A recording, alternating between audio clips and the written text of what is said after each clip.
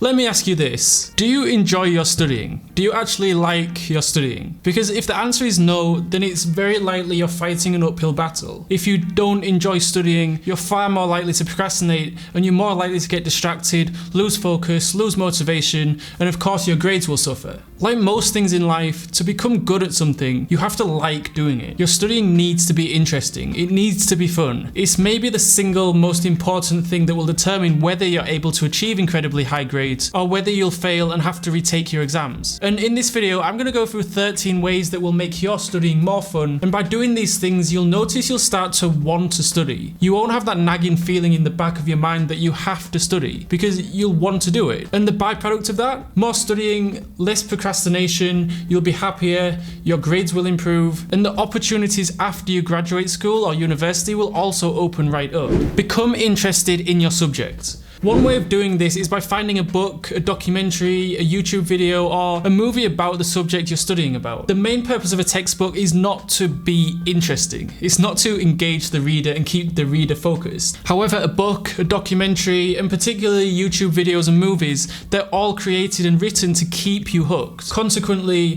they're far more interesting and engaging to consume than a university textbook. And you're still learning, it's just a more fun way of learning. And what I would often do at university is to watch a documentary before I started a new module at the beginning of the semester. So for example, if the module I was starting was about the 2008 financial crisis, I'd watch a documentary on the financial crisis, such as the HBO documentary The Untold Story of the 2008 Financial Crisis. In the 2008 financial panic, there's no playbook for this stuff. There's no roadmap. There's no instruction manual on what to do. We're trying to think of the most hated moment in the crisis. Watching a documentary on the 2008 financial crisis is significantly more interesting and engaging than reading a thick black and white textbook on it, and it will still give you a solid foundation of knowledge to build up on. What you're studying affects your life. It's important to realize that the subjects and topics that you're studying actually affect your everyday life, because when you realize that what you're reading about is relevant to you and your life, it begins to become far more interesting. So for example, going back to the topic of the 2008 financial crisis, the Federal Reserve Board's decision to drop interest rates to almost zero in November 2008 stands as an important moment in financial history, and we're still seeing the ripple effect to this day in 2021. So how does this affect you? It means that interest rates are incredibly low in the US and many other countries, so it's far cheaper for you to borrow money if you want to buy a house or a car or other large expenses. And you can do this with pretty much any subject. For example, when you're studying projectile motion, for example, think about how you would throw a ball. Or when you're studying areas of a square or a circle, think about lawns or a stadium. Linking what you're studying to what's going on in your life will naturally make what you're studying about more interesting, because you can now use this new information you've just learned to understand the world around you better. It turns you from just studying to pass an exam to studying to become more knowledgeable and therefore make better life decisions now and after you graduate too. And if you're struggling with being able to sit down and study for long periods of time, I made a video recently on how I trained myself to study for 14 hours a day. You can click on the pop-up banner above to watch it. Understand the relevance to your career. Expanding on the last point of studying to become more knowledgeable, not just to pass your exams, it's important to relate your subject to how it can be applied in a work environment and after you graduate and you're looking for an internship or a graduate job. At the end of the day, that's why most people go to university, right? To have better job prospects once they graduate. So what you're studying now will make you a better employee in your first graduate job. Whether your dream is to become a doctor, a lawyer, an engineer, whatever it is, your education will help you get there. Even if what you're aiming for is less conventional, like to be a business person, for example, and own your own business, your studying will teach you soft skills such as work ethic, time management, and communication skills. Study on the move. Studying in the same place every single day can get boring really fast. It's very easy to lose creativity and inspiration. You could change your study environment and study in a coffee shop or the library, or you could take it one step further and study on the move. This can involve making a recording of your studying onto your phone and playing it back while you're doing other activities like taking a walk or going to the gym or while you're cooking. It will give you a break from sitting at your desk while at the same time it's not taking time away from your studying. And this can be particularly useful when you have an exam in the next couple of days and you have to cram in as much studying as possible in the few days or the few hours you have left. The Premack Principle.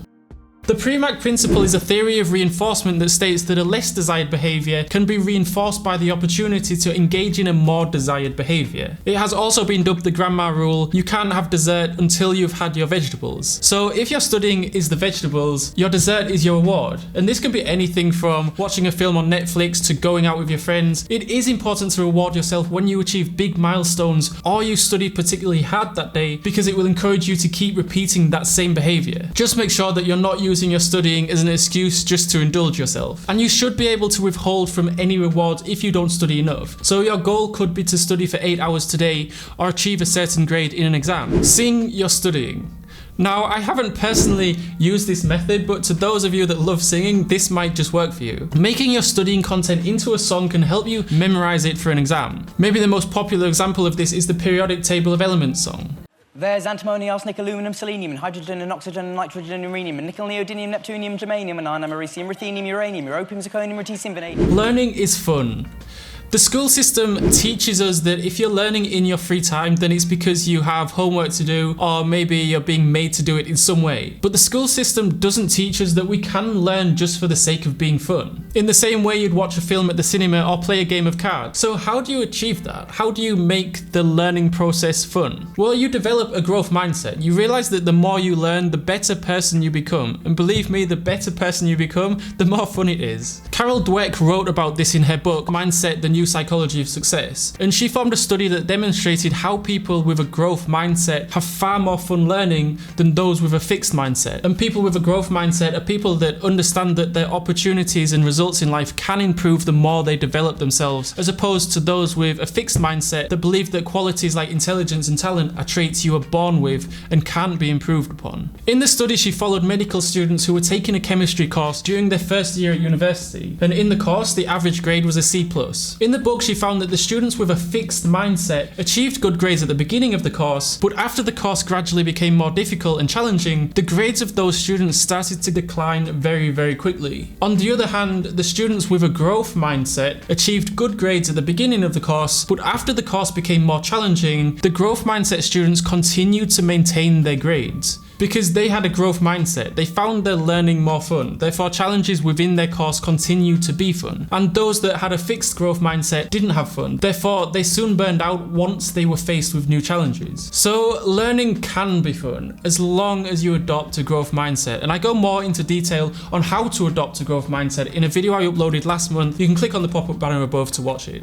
Study with a friend. Studying with a friend is a great way of making your studying fun, providing that you don't get distracted and lose focus on your actual studying. It can reinforce learning habits and understanding, whether it be exposing you to new methods of learning or just providing encouragement. And there are so many other benefits. It can help you build interpersonal skills, increase learning retention, improve your mood. It can make you more motivated. And studying with a partner or in small groups up to 4 people is usually the most effective. But try to partner up with people who will inspire you to study, people who are just as motivated or even more motivated than you. Choose a study buddy that will hold you accountable and not distract you with what they were doing on the weekends. Use flashcards. Creating flashcards and being creative and using your imagination when creating the cards is a really effective method for studying. There are 3 main steps to making flashcards. Step 1, find the most important information that you need to remember. Step 2, create questions and answers based on that information. And step 3, write the questions and answers in a brief, easy to read format. And the very process of just creating the flashcards is a great way of learning. You're selecting, ordering, and rewording information, which is extremely helpful for memory retention. And combining flashcards with studying with a friend can also be a good idea, as it turns learning into a game to see who can answer the most questions on the flashcards. And you can take this game by studying with 3 people. One person becomes the quiz master, and the other 2 race to come up with the right answer. As long as the flashcards have close-ended answers, meaning that the answers should have an exact 1 to 3 word answer, not a long fluffy response. Snack on brain food.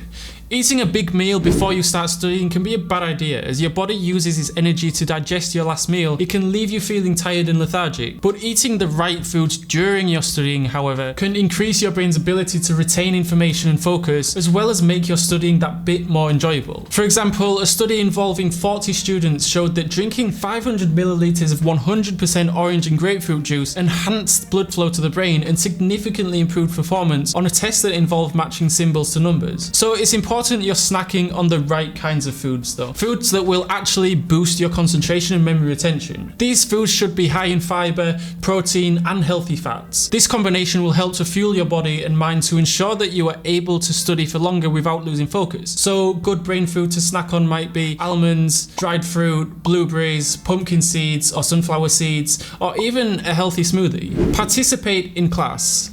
A lot of what makes studying more interesting is actually engaging in the studying process. It's relatively well documented that students that engage in class and in lectures have increased attention and focus compared with those that don't engage. Asking questions in class, answering questions, and even writing notes will help you practice higher level critical thinking skills and promotes meaningful learning. If you're not engaged in class, it's all too easy to just get bored and zone out, and we've all been there. Change your environment. I talk about this relatively often on this channel because it's so incredibly useful in terms of keeping your mind engaged and creative with the task that you're doing. So for example, this week alone, I've worked in about 7 different coffee shops, my apartment and my office. And usually when I'm doing more creative work such as writing, I'll go to a coffee shop. But if I'm doing more intensive tasks that require more brain power, then I'll go to my office where it's completely silent. Sitting in the same place every day to study can soon drain any inspiration or motivation you have. So studying in a coffee shop, the library, outside at the local park, or even just changing the room that you're studying in can often give you that extra boost in motivation that you need. Socialise and party.